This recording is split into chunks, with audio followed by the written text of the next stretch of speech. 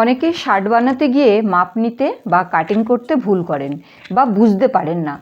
আজ আমি দেখাবো একদম সহজ নিয়মে মেয়েদের শার্ট সঠিক মাপ নেওয়া ও কাটিং করার পুরো পদ্ধতি। আমি শিলা চ্যাটার্জি, লেডি ব্র্যান্ড ক্রিয়েশন চ্যানেলে আপনাদের সকলকে স্বাগতম।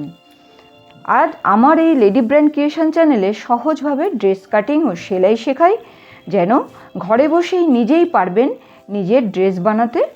চলুন তবে শুরু করা যাক। আজ দেখাচ্ছি পুরনো শার্ট থেকে কিভাবে মাপ নেবেন। প্রথমে আমি জামাটাকে ভালো করে প্লেন করে টান টান করে পেতে নিলাম টেবিলের মধ্যে। এরপরে আমি ঝুল নিয়ে নিচ্ছি। আমার এই জামাটাতে ঝুলটা একটু ছোট আছে, আমি একটু বড় নিচ্ছি। এখানে 28 ইঞ্চি আছে, আমি এখানে সেম জামাই বানাবো কিন্তু একটু ঝুলটা আমি বড় করছি। আপনারা এই রকমই যেরকম আপনাদের জামা আছে সেরকম বানাতে পারেন। আর যদি মনে করেন যে একটু লম্বা করবেন তাহলে আপনি বাড়িয়ে নেবেন। আমি এখানে একটু বাড়িয়ে নিয়েছি, সেম জামাই বানাবো কিন্তু একটু লম্বা বানিয়েছি। এরপরে আমি দেখে নিচ্ছি পুটটা কত আছে। জামাটাকে সমান করে পাতার পর পুট আমার যা এসছে, পুটটা এলো 17 ইঞ্চি। এরপরে আমি জামার যে আমার হাতা লাগানোর তলা থেকে এপাশের তলা পর্যন্ত ওটা হচ্ছে ছাতির মাপ। ওখানে আমি টান টান করে মাপ নিলাম। ছাতি এসছে 23 ইঞ্চি। ছাতি এসছে 23 ইঞ্চি। এরপরে আমি শেস্তের মাপ নিচ্ছি, যেখানে আমার সব থেকে কার্ভ করা যে রাউন্ড করা আছে, ঠিক বগলের তলায় সরু জায়গাটা সেখানটা হচ্ছে কোমরের মাপ, সেটা এসছে আমার 21 ইঞ্চি। এরপরে আমার জামার দুদিকে যে কাটা আছে সেই কাটা পর্যন্ত যতটা লম্বা আসছে ওপর থেকে আমাকে মাপ নিতে হবে। ওপরে লম্বাটা এসছে, সাইড কাটা এসছে 20 ইঞ্চি। এবার ওই 20 ইঞ্চিতে ওখানে যে চওড়াটা আছে সেটা বার করতে হবে। ওখান থেকে ফিতেটাকে ধরতে হবে। 20 ইঞ্চি যেখানে এসছে সেখানে তো কাটাটা আছে, সাইড কাটা আছে। সেবার সাইড কাটার ওখানে আমার কতটা চওড়া আছে, ওটা হচ্ছে হিপের মাপ। দেখে নিচ্ছি কতটা আছে। আমার এটা আসছে 24 ইঞ্চি।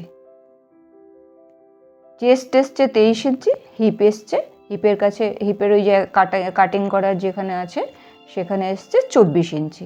আমি লিখে রাখলাম খাতাতে।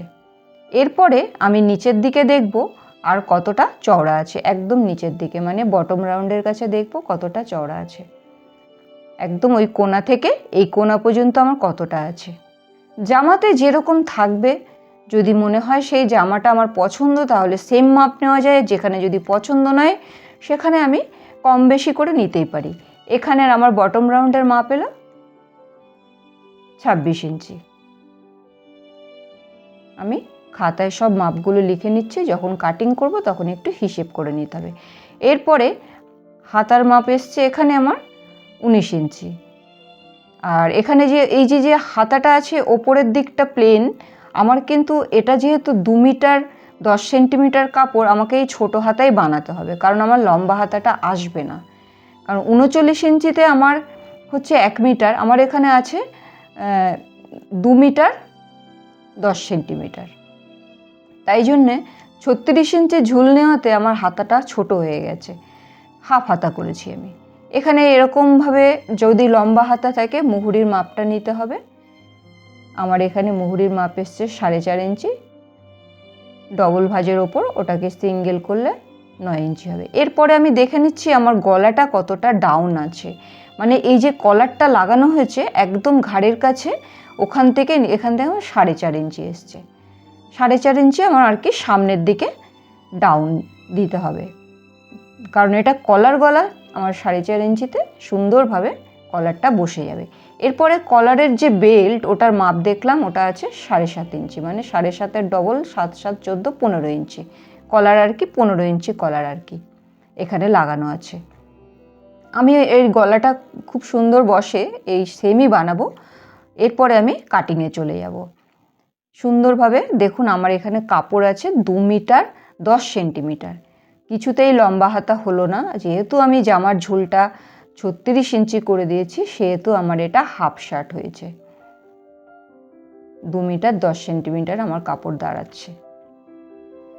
প্রথমে আমি কি করব, আমার দিকে ভাঁজ মানে খোলা রাখবো, আর আমার অপোজিট সাইডে কাপড়ের ভাঁজ থাকবে, কারণ এটা সামনের পার্ট বানাচ্ছি, সামনের পার্টের ড্রয়িং করব। প্রথমে আমি তলাটাকে একটু সমান করে নেব, কারণ কাপড় এটা থেকে বেশি বাদ দেওয়া যাবে না, যেহেতু আমার 2 মিটার 10 সেন্টিমিটার কাপড় আছে, আবার জামার ঝুল করে ফেলেছি 36 ইঞ্চি, সেই জন্য আমি একদম টাইট ওয়ে রাখছি, 1 ইঞ্চি মতো রেখেছি প্লেট দেওয়ার জন্য। আর 36 ইঞ্চি আমি পয়েন্ট করে নিলাম, পয়েন্ট করে আমি একটা দাগ টেনে নিলাম জামার লম্বাটা, ওপরে 1/2 ইঞ্চি রেখে দিলাম। এরপর আমি কি করব, সামনের দিকে যেহেতু আমার বোতাম থাকবে, সেহেতু আমি 2 ইঞ্চি করে এক্সট্রা নিয়েছি। 2 ইঞ্চি করে সুন্দর করে, সবসময় আমাকে কাপড়ের ভাঁজগুলো কিন্তু ঠিক রাখতে হবে, তা না হলে একদিকে ছোট একদিকে বড় হয়ে যাবে। সবসময় আর কি সমান করে রাখতে হবে। পিন, এখানে পিন ব্যবহার করিনি, পিন ব্যবহার করলে সব থেকে ভালো হয়, একদম হিসাবটা ঠিকঠাক থাকে। আমি এখানে 2 ইঞ্চি এক্সট্রা করে আগে টেনে নিলাম। এই 2 ইঞ্চিটা আমার ওই মুড়তে ওখানে আমার বোতাম লাগাতে লাগবে।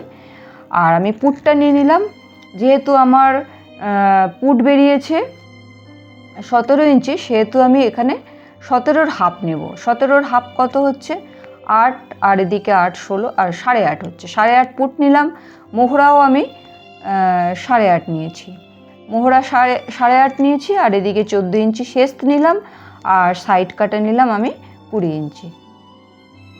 ঠিক আছে, এরপরে আমি চেস্টের মাপটা নিয়ে নিলাম 23 ইঞ্চি, যেহেতু আমার 23-এর ডবল হচ্ছে কত 46 যেহেতু, সেখানে আমি কত দাঁড়ালো 11.5 দাঁড়ালো, 11.5 নিয়ে নিলাম। আর কোমরের মাপটা নিয়ে নিলাম, যেহেতু আমার 21 ইঞ্চি হয়েছে, আমার ওটা 10.5 নিয়ে নিলাম।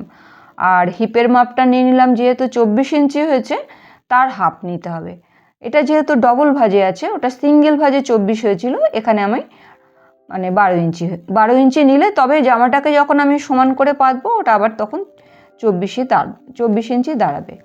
আমার এখানে খেয়াল রাখতে হবে, আমার যেহেতু জামার মাপ নিয়েছি, আমার যেহেতু 23 ইঞ্চি হয়েছে, তার জন্য আমাকে 23-এর হাফ হবে, 23-এর হাফ নিতে হবে, 11 11.5। আর এদিকে কোমর হয়েছে 21 ইঞ্চি, তার হাফ হচ্ছে 10.5 ইঞ্চি, যেহেতু আমার দুভাজে আছে। আর যেহেতু হিপ হচ্ছে 24 ইঞ্চি, সেহেতু আমার তার হাফ নিতে হবে 12 ইঞ্চি। এবার জামাটাকে যদি আমি সমান করে পাতি, তাহলে কিন্তু আমার সেই 24 ইঞ্চি দাঁড়াবে। এগুলো কিন্তু মাথায় রাখতে হবে, হিসেবটা যেন গন্ডগোল না হয়। এরপরে আমি 1 ইঞ্চি করে, যেহেতু শার্টের কিন্তু বেশি মার্জিন থাকে না, আমার যেহেতু নিজে করছি, নিজে করতে গেলে আমার একটু মার্জিন বেশি রাখাই যায়, বিজনেস পারপাসে তখন আবার হিসেব করে কাজ করতে হবে। আর এদিকে ওপরে আমি 4 ইঞ্চি ওপরে একটা পয়েন্ট করে, মানে সাইডে আর কি কার্ভ মতো ডিজাইনটা করে দিলাম, যাতে শার্টের যেমন থাকে আর কি। আর এদিকে পুটের ডাউন দিয়ে দিলাম 2 ইঞ্চি পুটের ডাউন দিয়ে দিলাম, আর ওদিকে 4.5 ইঞ্চি সামনের গলার ডাউন দিলাম, দিয়ে একটা কেটে মানে মাপ ড্র করে নিলাম। খুব সোজা, একদম আমি যেরকম ড্রয়িং করেছি এইভাবে যদি আপনারা ড্রয়িং করেন, সুন্দরভাবে বানিয়ে ফেলতে পারবেন। শার্ট কাটার অনেকগুলো নিয়ম আছে, এইটা হচ্ছে একদম সহজ শার্ট। এরপরে পেছনে যদি আলাদা মানে প্যানেল টাইপের করতে চান, সেই শার্টও আমি বানাবো। এই শার্টটা একদম সোজা সাপটা শার্ট, আপনারা এই নিয়মে যদি বানান, সুন্দর করে কিন্তু একটা শার্ট তৈরি করে ফেলতে পারবেন। এবার সুন্দর করে আমি এখানে কিন্তু আমি বগলের শেপ দেব না, কারণ কি আমার এখন ব্যাক পার্ট কাটতে হবে। ব্যাক পার্টের জন্য এখন যদি আগে থেকে তালপাত কেটে ফেলি, তাহলে ব্যাক পার্টে কাটতে গেলে আবার একটু অসুবিধা হবে। এবারে আমি কাপড়টাকে ভাঁজ করে, আমার এক্সট্রা যে 2 ইঞ্চি ভাঁজ, ওটাকে আমি ভাঁজ করে নেব। ভাঁজ করে নিয়ে আমি আমার সেম মাপের আমি এটা ব্যাক পার্টটা কেটে নেব, কারণ আমি এটা একদম সোজা যে শার্ট সেটা বানাচ্ছি। আমি এখানে কোনো রকম পেছন দিকের কোনো কারুকার্য এখন করছি না, আলাদা কোনো প্যানেল লাগাচ্ছি না, তার জন্য আমি এটা সামনের পার্ট পেছনের পার্ট একই রকম রেখেছি। সহজ নিয়মের শার্ট এটা। আমি আরও শার্ট বানাতে গেলে কিন্তু অনেকগুলো নিয়ম আছে, আমি এটা প্রথম ধাপটা দেখাচ্ছি। এরপরে আমি সেলাইয়ের জন্য আমি পয়েন্টগুলো করে নিচ্ছি। একটুখানি কাটিং করে নিলে হয় কি, যখন আমি সেলাই করব এই কাটিংয়ের জায়গাগুলো মুখোমুখি মিশিয়ে দিলে তাহলে একদম সমান সেলাই হবে।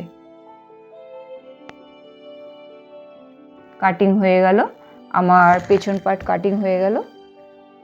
এরপরে কি করব, আমি পুট গলাটা কেটে নেব। এখানে আমার 4.5 ইঞ্চি ডাউন নিয়েছি। এখানে কলারের জন্য কলার বসাবো যেহেতু 4.5 ইঞ্চি, এটা আমি কেটে নিচ্ছি। দেখুন, আর পিছন গলায় আমি 2 ইঞ্চি দিয়েছি, 2 ইঞ্চি ডাউন দিয়েছি। কারণ কি, আমি সাইডে কাঁধের কাছে ডাউন দিয়েছি 2 ইঞ্চি, আর পিছন গলাটাও আমি 2 ইঞ্চি করছি। এরপর আমি সামনের পার্টের বগলের শেপটা দিয়ে নেব। তালপাত বলে, শেপ বলে, কারণ কি এই শেপটা না দিলে আমার সামনের দিকে বগলের কাপড় কুঁচকে থাকবে। আমার সামনের পার্ট পেছন পার্ট কাটিং হয়ে গেল। এটা হচ্ছে সহজ নিয়মের শার্ট। এই শার্টটা কিন্তু ওই ছেলেদের শার্টের মতন নয়, মেয়েদের শার্ট। মেয়েদের বডি আর ছেলেদের বডি একটু আলাদা, তার জন্যই আমাকে 60 কাটা এসব মাপ নিতে হয়েছে। কিন্তু ছেলেদের শার্ট না, আর একটা নিয়মের যে শার্ট আছে সেটাকে ওটা পরে বলছি। আমি হাতার জন্য আমার হাতার যে কাপড়টা বেঁচেছে সেই কাপড়টা আমি এখানে মানে 8.5 হয়েছে আমার লম্বাটা। আমি একটু পট্টির কাপড় জোড়া দিয়ে আমি ওটাকে 9.5 করে নেব। এখানে যা আমার কাপড় বেঁচেছে সেই অনুযায়ী এটা হাফ শার্ট করে নিচ্ছি। ওই 9.5 মতো দাঁড়িয়েছে কাপড় ঝুলটা। এরপরে আমি কি করলাম, 3 ইঞ্চি মানে শেপ দিলাম। শেপ দিয়ে আমার এখানে হাতার যে মোহরা আমার 9 ইঞ্চি হয়েছে, 9 ইঞ্চি নিয়েছি, নিয়ে আমি কাটিং করে দিচ্ছি। হাতা লম্বাটা আমার এখানে 9.5 দাঁড়িয়েছে, হাফ শার্ট আর কি। 2.5 ইঞ্চি থাকলে এটা একটু লম্বা হাতা হয়ে যেত, কারণ আমার এখানে কাপড় যেরকম সেই অনুযায়ী আমি হাতাটা বানিয়েছি। আমার এই তলার দিকে একটু শর্ট পড়ে গেছে, ওটাকে আমি একটা এক্সট্রা কাপড় জোড়া দিয়ে ওই জায়গাটা মেকআপ করে নেব। যখন আপনাদের ওই বগলের শেপ, এখানে আমার যেহেতু আর্ম হোল রয়েছে 18 ইঞ্চি, এখানে 9 আসতে হবে। 9-9-এর জন্য আসছিল না বলে আমাকে এই জোড়াটা দিতে হলো, একটু কম পড়ে গেছে। এটা দেখা যাবে না, এটা ভেতরেই থাকবে, আমার সেলাইয়ের ভেতরেই ঢুকে যাবে। এই নিয়মে আপনারা কিন্তু নিজেদের জন্য কাটিং করে ফেলবেন। আপনাদের যদি কোনো রকম অসুবিধা হয় আমাকে কিন্তু অবশ্যই জানাবেন। হাতার মিডিলে আমি একটা পয়েন্ট করে নিচ্ছি, আর বগলের কাছে আমি একটা পয়েন্ট করে নিচ্ছি, আর এখানে তালপাতটা কাটিং করলে আমার হাতা কাটিং হয়ে গেল। আর কলার কাটবো আমি যেদিনকে সেলাই দেখাবো, সেলাইয়ের দিন আমি কলারটা দুটো পুট জোড়া দিয়ে আমি কলারটা একদম ফাইনালি, আমার মাপ আছে 15 ইঞ্চি, কিন্তু আমি সেলাই করার পরে আমি কলার কাটিংটা আপনাদের দেখিয়ে দেবো সেলাই করবার সময়। আশা করি আপনাদের ভিডিওটি ভালো লেগেছে, আর ভালো লাগলে কিন্তু আপনারা অবশ্যই আমার চ্যানেলটিকে সাবস্ক্রাইব করে পাশে থাকা বেল আইকনটি প্রেস করবেন, আর পরবর্তীতে নতুন নতুন ভিডিওর আপডেট যাতে সবার আগে আপনি পান। আর কোনো প্রশ্নের অনুরোধ থাকলে আপনি নিচে কমেন্টে জানাতে পারেন। আর আজকে আমি এখানেই শেষ করছি, আবার দেখা হবে পরের ভিডিওতে। আপনারা সবাই ভালো থাকবেন, সুস্থ থাকবেন, আর আমার চ্যানেলের সঙ্গে থাকুন। অবশ্যই আপনাদের জন্য ভালো